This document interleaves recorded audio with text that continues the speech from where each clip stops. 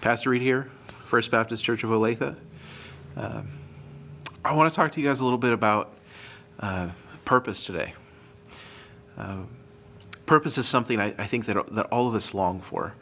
All of us want to know that we are meant to do something. I certainly did. I took a bit of a journey during my undergrad years to try to figure out what it was that I was supposed to be doing. What was my purpose?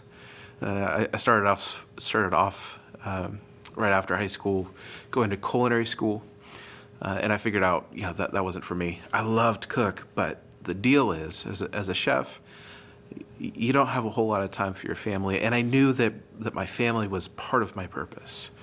The kids that were yet to be born, I wanted to be able to spend time with, to be able to coach, to be able to love on them. My wife, obviously, though we hadn't gotten married yet, she was a part of my purpose. Being in a relationship, loving her, spending time with her.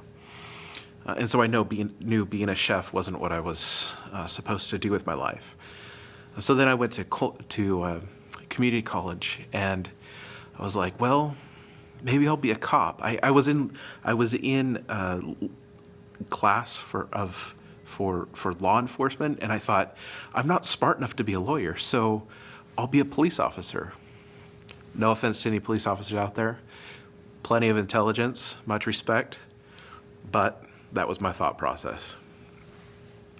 So I went to school to be a cop, and I did an internship with the Salem Police Department in Salem, Oregon there, and I figured out fairly quickly this is not what I'm supposed to be doing. And I went on this journey trying to figure it out. I decided maybe I'll be a youth pastor, and God was like, okay, it's time to do the ministry thing. And so I set off in that direction. But even as I got to seminary, it was like, well, I'll go to seminary, but maybe I'll be a professor of ethics. Maybe I'll be a lawyer. Maybe I'll be a politician. Who knows? I'm going to seminary to do something else. But obviously God had a purpose for me, to be called to ministry. But the thing is that I don't. Sometimes people look at me and think, "Wow, you've got a call. You know what you're supposed to be doing, and like it would be great to have that." But the thing is, I don't think that I'm unique.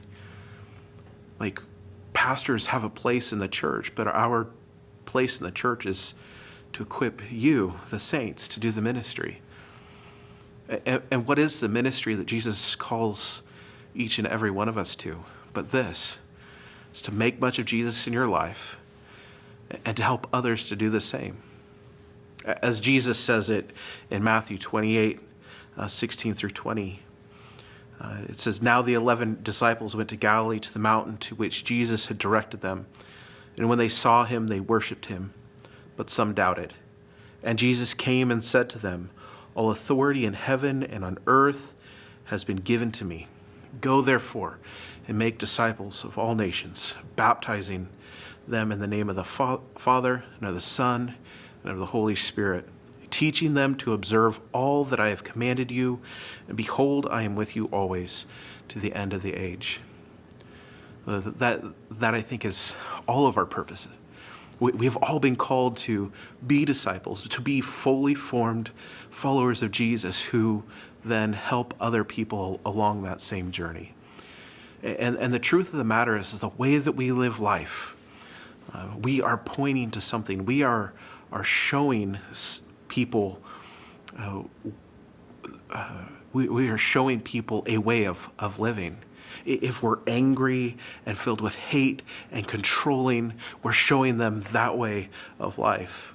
If we're filled with love and compassion and grace, then we're showing them that way. The question is, whose disciple are you making? Are you making Jesus' disciple or something else? I believe our purpose is to make disciples.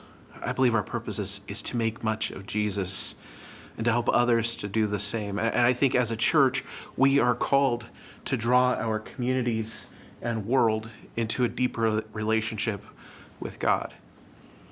So let's be a people who grab on to that purpose and allow the way that we live life be a part of fulfilling that purpose for God. Let's go make disciples. Let's go make much of Jesus and help others to do the same. Blessings.